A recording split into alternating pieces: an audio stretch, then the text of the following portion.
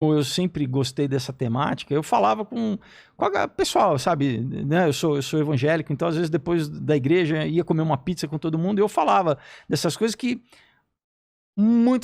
na maioria das pessoas não conhece, não estudou e tal, né? Que é a parte da Bíblia que fala sobre o final dos Sobre tempos. escatologia e também essa questão geopolítica, de sociedade secreta, de que, né, que as pessoas... Não é porque não está na tua área de conhecimento que vira teoria da conspiração. Isso que as pessoas ainda não entendem, né? Então, que não é que às vezes o nosso conhecimento é limitado. Então, isso que eu queria saber, porque eu também já pesquisei muito sobre isso. Tem coisas que são reais e tem coisas que a gente não tem acesso e não sabe, mas existem teorias, né? Sim. O que você pesquisou, assim? O que existe mesmo de sociedades poderosas que meio que controlam o mundo? Então, tem o Bilderberg, né? Que é um grupo... Bilderberg. O que é esse grupo? Como então, eu cito aqui, cito o Bilderberg, inclusive... Ah, então você colocou baseado em muita coisa real e inventou algumas coisas ou não? Não, é ficção, né? Mas tem muita coisa que é real. Por exemplo, né?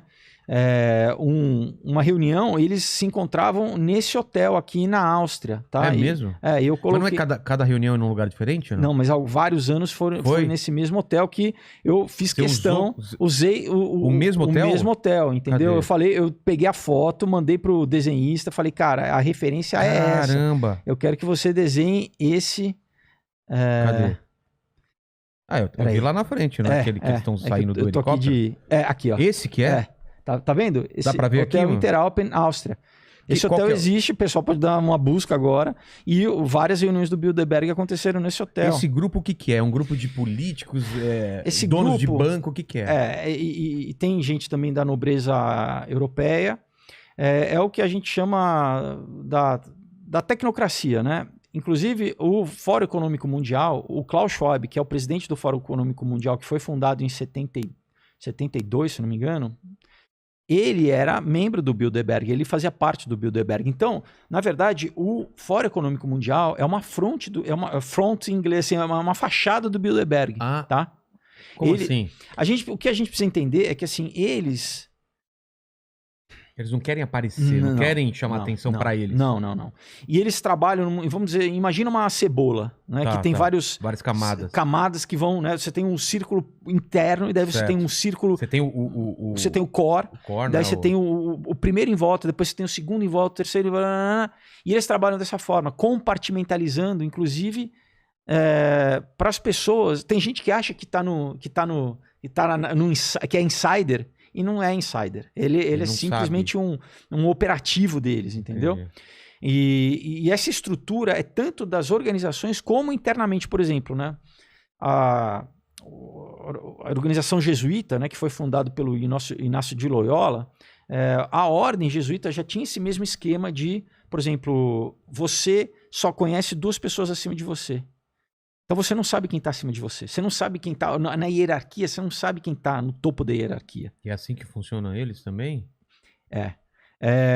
Por exemplo, né, o Adam Weishaupt, que fundou, né, na Illuminati lá na Bavária, na Alemanha, no século XVIII, ele estudou na Universidade de Ingolstadt e ele se formou em Direito e ele era jesuíta.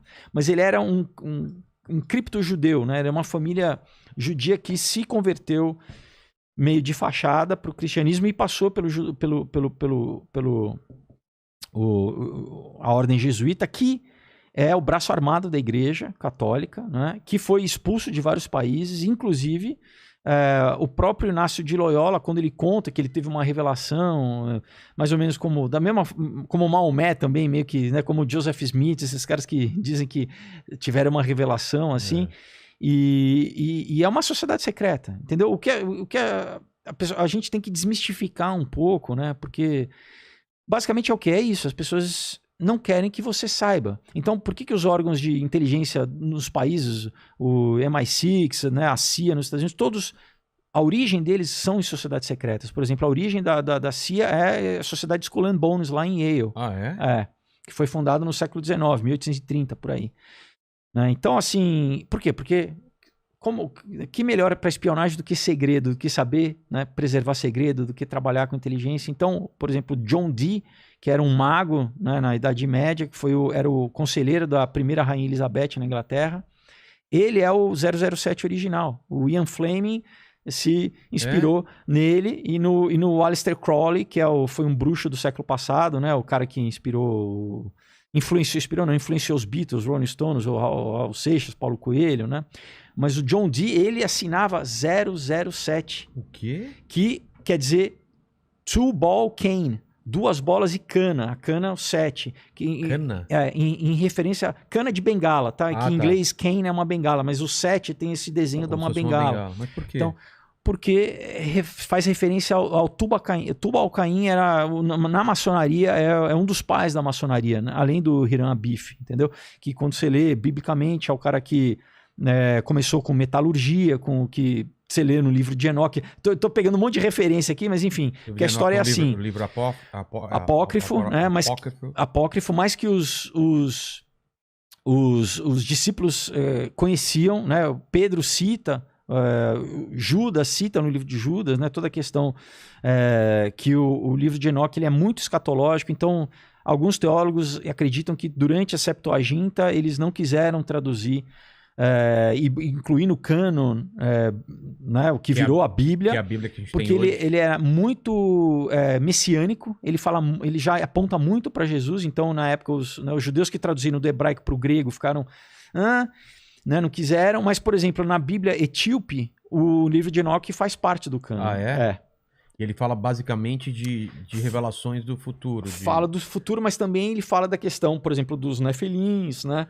São os anjos. Os filhos dos anjos com as humanas. Não. Os gigantes são os filhos dos nefilins com as mulheres humanas, né? Peraí. Então...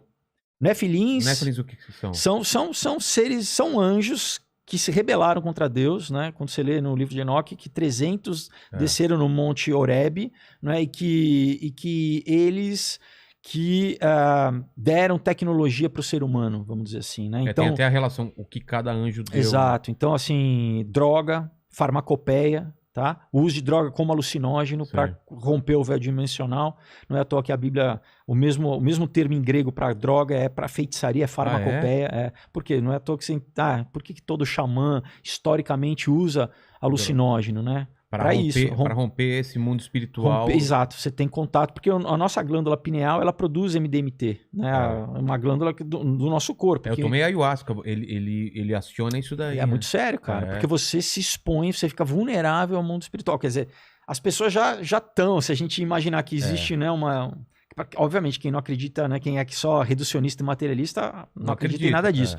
Agora, se você acredita numa metafísica, né, não só a Bíblia, mas toda a tradição religiosa fala que existe, né, outras dimensões espirituais, né? A tal da metafísica. Coexistem, né? Com esse mundo. Exato. Da mesma forma que está passando onda sonora aqui, onda de rádio, a gente não está vendo, celular, não quer dizer que elas não existam, né? Porque a nossa capacidade de percepção, ela não capta essas ondas. Na mesma frequência de luz, né? O nosso olho vê uma frequência estreita de luz, né? O nosso ouvido ouve uma frequência sonora restrita, né? Não quer dizer que essas coisas não existam, né? Exatamente.